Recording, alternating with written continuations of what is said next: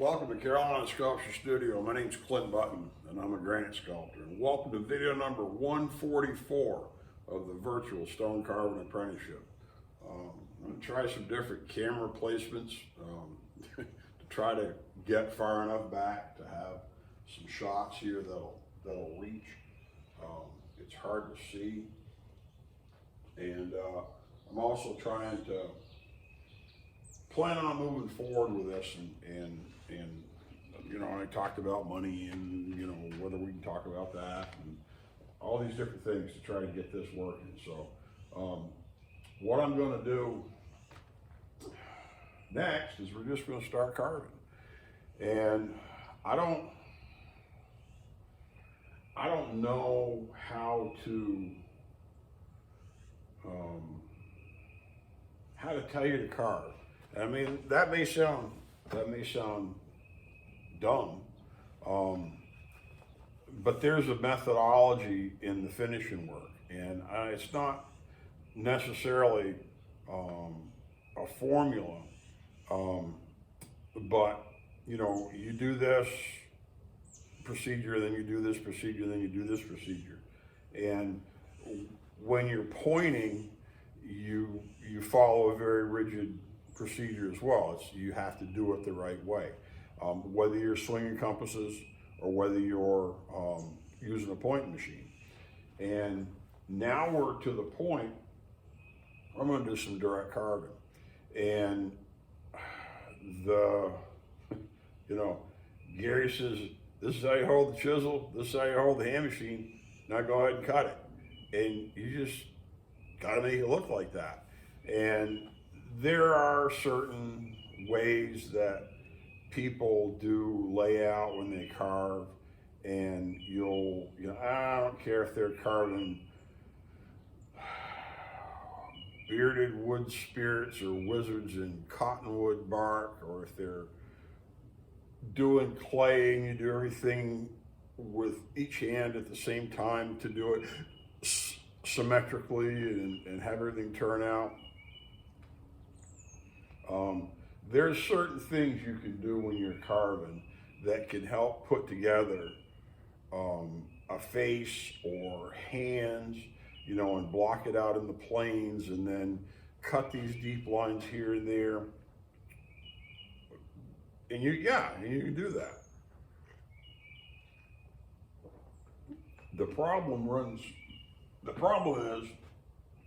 is if you,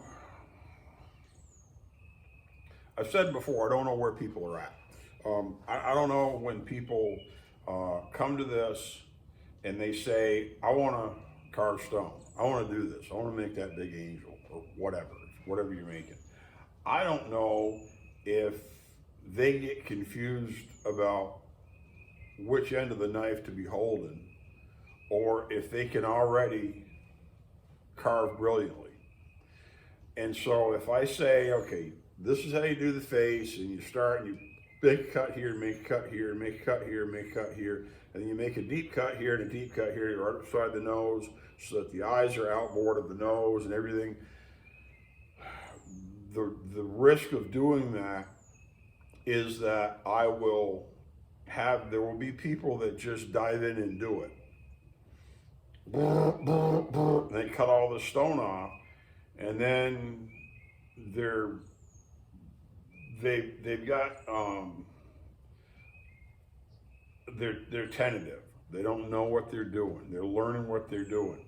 And if you go ahead and mow this off and mow it deep and mow it deep, remember when I talked about how you carve things and you need to carve from the inside out or the outside in? If you cut that nose and leave that material for the nose and then cut the eyes and you don't know what you're doing, the eyes are going to be clear out here and the nose is going to be this little tiny crease in the middle of their face, because you're going to whittle down on that nose until there's nothing left, and you're going to chase those eyes now that you've dug them out here, and they're going to be like half an eye or an eye further spread apart than they're supposed to be. And your figure doesn't come out pretty. And so I don't have a formula like that to tell you. I'll look at things and I'll make my judgments and I'll carve them. And that's part of the magic of direct carving. As you get better, as you have time and the tools and the material, and you start to learn how things should be shaped, it's easier for you to definitively make big cuts. Just blow stone off, because you're never going back there. You can't learn to carve stone by doing clay, because you've got a different process. And the risk with clay is that you've always got this, well, I can always put a little bit back on, or I can mush this over it, just squeeze it, and it'll push this volume from here to here, because it'll make it swell. And you can do that. You can't do that in stone. So there's things that just don't work.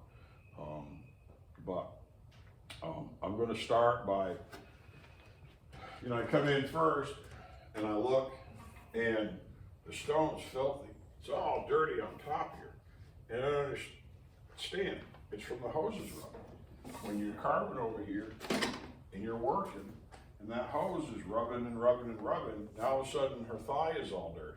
And this is all dirty. And so these things, that's just what happens. And so you got to be used to it.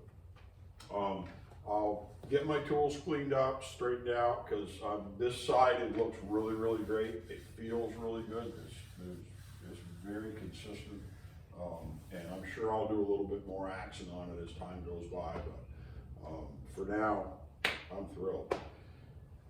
So we'll start by working this top down a little bit and working this side off some to try to get this. I want to figure this out to where this goes down and it drops into the niche, and then it rises and comes back out.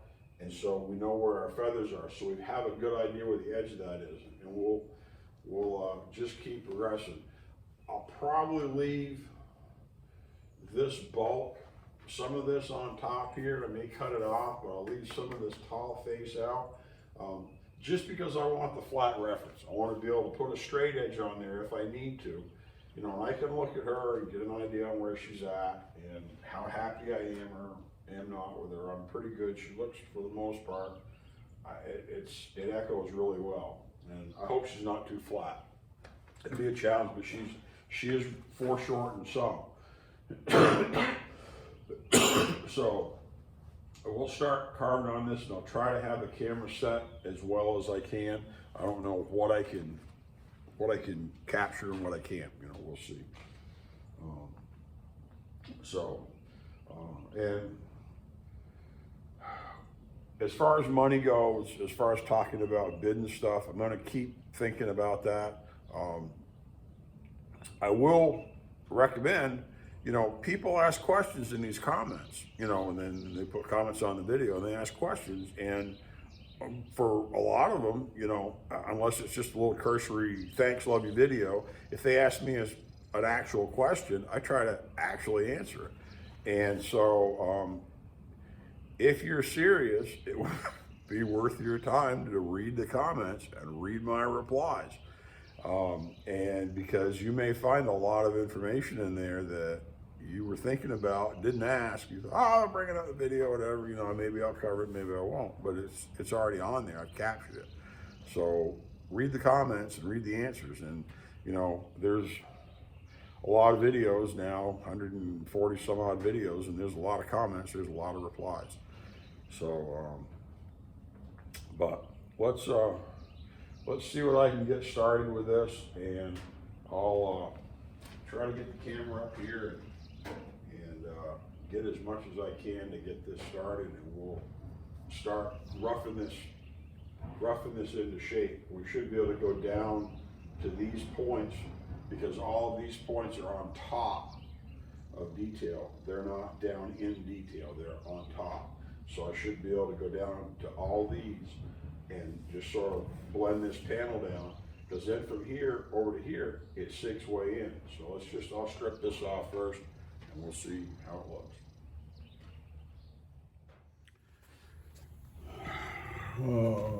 Now, as I work this back, you see this is going to go back a little bit, and this is going to go back a little bit, and this is going to go back a little bit. what I'm gonna do, remember how I said I didn't want to cut these edges because I was hoping I could have, you know, a little bit of flourish like that on some feathers where it works, okay, instead of having a smooth edge. So what I'm gonna do is I'm gonna leave this as a border, okay? I'm gonna have my line on here. This is just an approximation. And this is the bottom. This is this point right here on this feather tip. There's just a little bit of red left right there. Okay, then see this goes way down in. And so after we go from here, we're gonna be over in this area. This is the feathers, okay, down in here. So what we can do, I'll leave this as like a raised border, just as a visual for me. Okay, we'll look up here and we'll just sort of eyeball that. And the idea is we're going to be able to go up as high as we can possibly go up into that area and take some of this off. But if I leave this material on, I have a flat reference and I can take care and keep track of my depth. So I'll leave some of that on. You got to be careful if we get up here and we're, you know, oh boy, if we're like 6 inches deep, this is going to be really fragile to break off. So you got to be careful about that. We may not deal with any of this until we get into the head, and we want everything to agree really well with the head. But for this, I can just take this material and sort of make a flat plane down in here so I know where my wing is. And then on this inside, of course, it's going to start cupping in to go down into behind her body. Okay, so that's the first thing we're going to do, just to get this put together. And we're going to carve her from this side going across to make sure she's great. And if we have to shift her over to the right just a little bit, we will. But I don't think we'll have to. I think we're in great shape. All right, let's cut. Before I get started, you know, move my stand over. Sit down on my tools are just right, so I can just carve. Just going to get to it.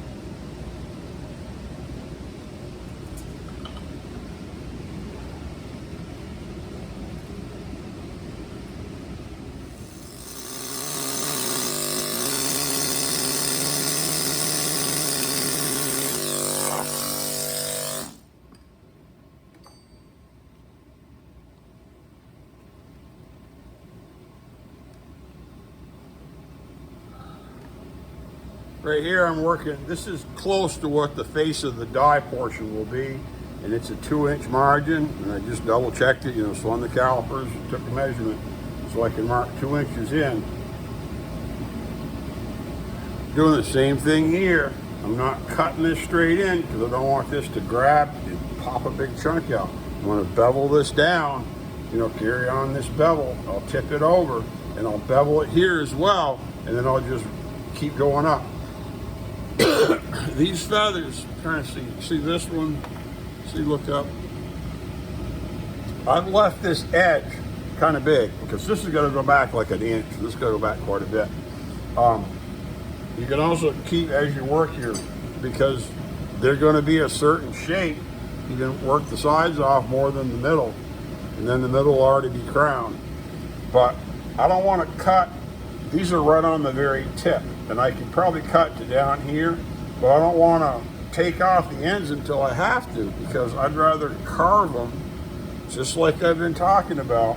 I can put this end together, and then at the end, we can cut the edge away, leave the edge of the feather that's all curled and fluffy that looks really cool, and then take the rest of this off and never have to actually put a tool on the edge of the feather to spend a lot of time cutting it. There'll be some of that, but we don't need to do it all the time. So, but for right now, I'm working this in because this is the feather where it transitions, and then there's going to be some right here, and then it drops down in before it comes back out. So I'm going to go ahead and take this little bit extra off right here and get up to, in this area, and I can leave this. We can make these feathers as fat and pretty as we want because we've got the opportunity on this job. Not every job has that, but this one does. So just keep cutting. I will say it's really nice wearing one of these welding hats. If you wear headgear, because it's a lot easier than dealing with a hat. Now that it's warm enough, my hat's based more upon the temperature than anything else. And I wear my, my black hat, the floppy one, when it's cold. That's my winter hat. Today it's 60 something. I don't know if it's 70. It's pretty warm today, so I don't need that much. I can't wear that much hat. But nice to wear the headgear. These hats were designed to go under a welding helmet, so they work really well.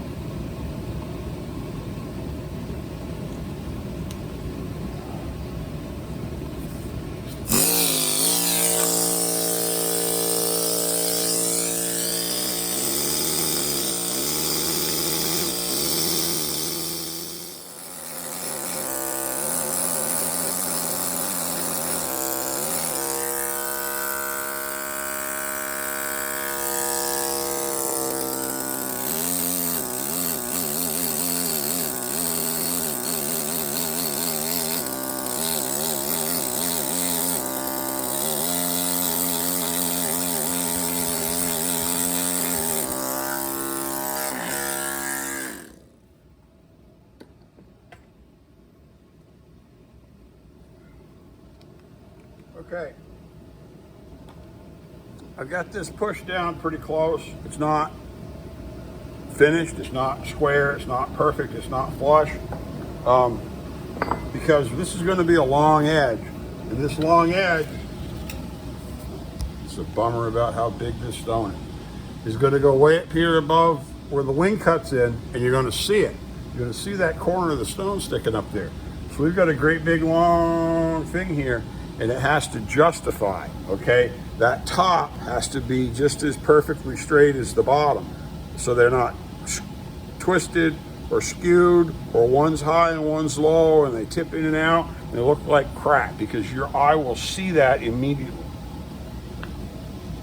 So that means that I'm gonna put this together into approximate shape, and I've got a pencil here somewhere. We're gonna take and work towards this bottom. Can't even make it work. Down here where the feathers will sweep back out towards the plinth.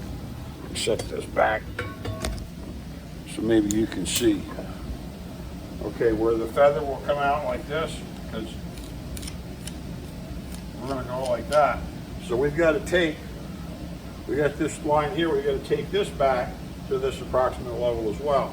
And it would be really stupid to do all that and finish it right now. We're going to finish this just like I showed you on the old stuff. Remember we did the base, and before that we squared the block. How do we do it? With plumb blocks. I've got some tall 6-inch plumb blocks, and if they're not tall enough, I'll make some more, and we'll cut a pad, and we'll cut the top, cut a pad, we'll make it right, we'll put a straight edge on there, and we'll cut this to perfect depth. It'll be perfect, top to bottom. It'll look like it's a separate piece of stone that's got nothing to do with this. It won't be cockeyed and crooked, it'll be perfect.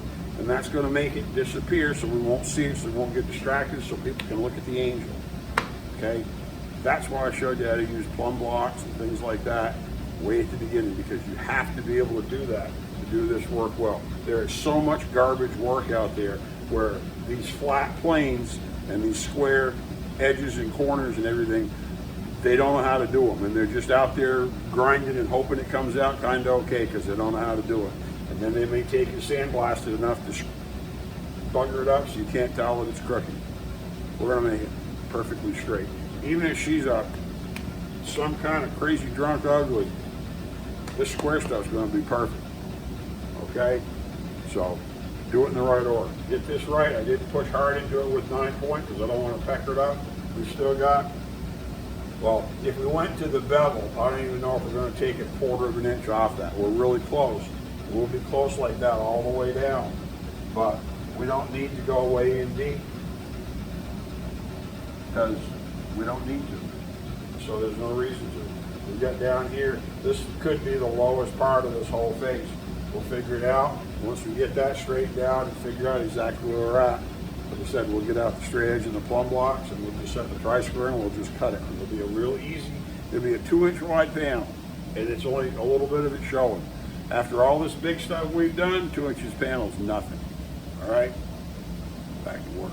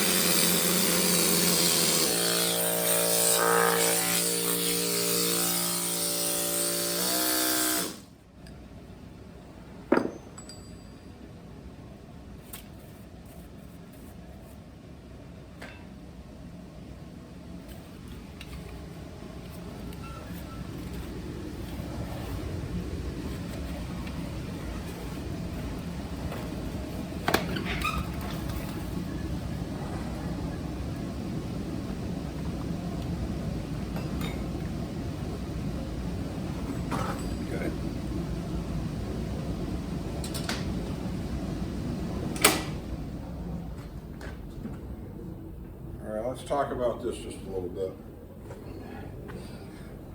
I don't know how well the light's getting pretty hot, so it's hard to tell these feathers. We've got a lot of liberty with these feathers. One of the problems you'll run into when you start carving, I don't know what to say, a pattern like this, a pattern of the feathers, is that I've got these sculpted pretty dramatically on the plaster. I don't know if you can, see the way they look here, but we've been over them before. To get that kind of flourish and that type of movement and lightness and everything that we really want with these feathers, we got to be careful. When you quote work, and this is one of the reasons I was trying to figure out how to talk about quoting work, money and time and all that other stuff. When you quote work, you have to quote work in terms of how much you're going to carve and what you're going to carve. And so we typically, and this is just a basic rule of thumb, this is where you start. I was taught by default, my sculptor didn't sit down and tell me this. I listened to him and he commented about it 2 or 3 times until I finally asked him specifically, and then he said, yeah, you should be able to carve for one figure. You should be able to do 1 foot per week in bas relief, depending on how complicated it is. It may be up to 2 feet, 2 weeks per foot.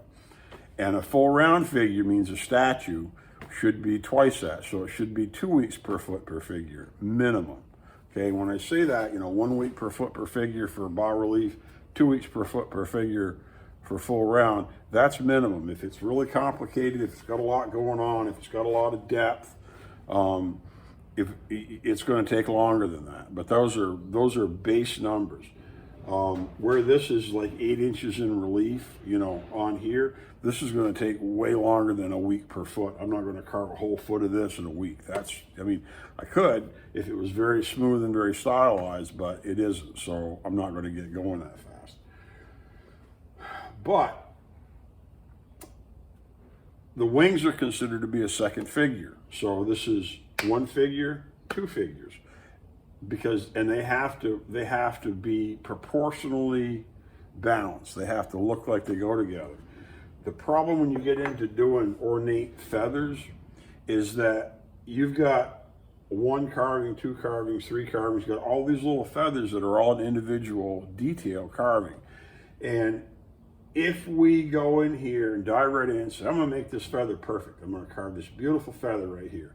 I'm going to be all happy. I'll pat myself in the back and say, well, you're such a good stone carver. You ought to, go have a beer. And you'll see people that carve stone and they'll put some very obvious focal point in first. They'll carve a beautiful face on that statue first. And then, they talk about how haunting it is and how the stone looks alive and all, whatever. You're trying to free her from the stone because she's a prisoner in the stone or he's a prisoner, whatever. Okay, the problem with carving this detail all the way and then carving the next one and then carving the next one, it's just like carving duplicates of anything. If you've got 2 jobs that are supposed to be matched, you're better off to carve them all to the same point at the same time, just like we do the finishing work, so it all matches. I will put this feather together roughly, the rough shape, the general outline. I'll leave my edges fat. I won't cut them off. I'll do the same thing with the next one and the next one and the next one. And I'll put these feathers all together like this. And then I'll start making sure that when I cut them, that they're all balanced and shaped. The problem lies is where you'll do 1 feather and it'll be really great, it'll be beautiful. You carve the next one, you lose an edge, and you lose an edge, and you lose an edge, and all of a sudden this one, instead of being nice and plump and fat like it does on the model, it's this long, skinny, goofy looking feather. Or you lose an end off of it, and now all of a sudden it's really short. And now your feathers look weird. Or you can't, if you're really good, you can start. And that first feather is going to be perfect, just like the last feather. If you're like most people, especially if you don't carve them all the time, that first feathers or the second feather are going to look like crap compared to the ones you do at the very end where you really got it figured out. And so the smart thing to do is to balance them all out and to do the same thing on all the feathers at the same time and get them really put together well so they all end up matching. And then it's just like the background. We just want them to disappear. We don't want 1 feather to be like, oh, where'd that feather come from? You get that from a turtle? That doesn't look like a feather. It should be on an angel. So I'm gonna work on putting these together, and I'll build all my feathers and have everything put together before I start worrying about doing the deep curves to make them look like they're fluffy, or starting to do some of the splits to show to differentiate how the individual fletching or whatever they call it between the veins of the feather. We'll have our line in the middle, but then we'll have our individual pieces on the side, and we want to have some openness in there and some lines, but we don't want to start putting those in until we get to the end, because we really want it to match. Okay, so but this is so much fun actually getting to carve, because all this mundane, boring stuff drives me nuts. I mean, Gary always said he hated doing statues because you spend months and months just digging and getting dirty and waiting to get paid, and you do a little job and bang, it's done, and you're over, you got money in your pocket. And we're to the fun part. We're going to start carving, and I'm going to try to really move on this, and we'll put these feathers together. Then I've got 2 or 3 in here that I've got to sketch in, and then we've got 1 or 2 big long feathers that just go down here in this whole long. And once you start putting that in and seeing it, and this, you know, has got to go way back. This has got to go back like an inch here, right here. And so it's going to change the volume a lot. Okay, so I think it's a good place to break this video off. And that's also going to make her pop out. It's going to make her look a lot taller. All right. My name's Clint Budd, and I'm a granite sculptor here at Carolina Sculpture Studio with the Virtual Stone Carving Apprenticeship. Thanks for coming in.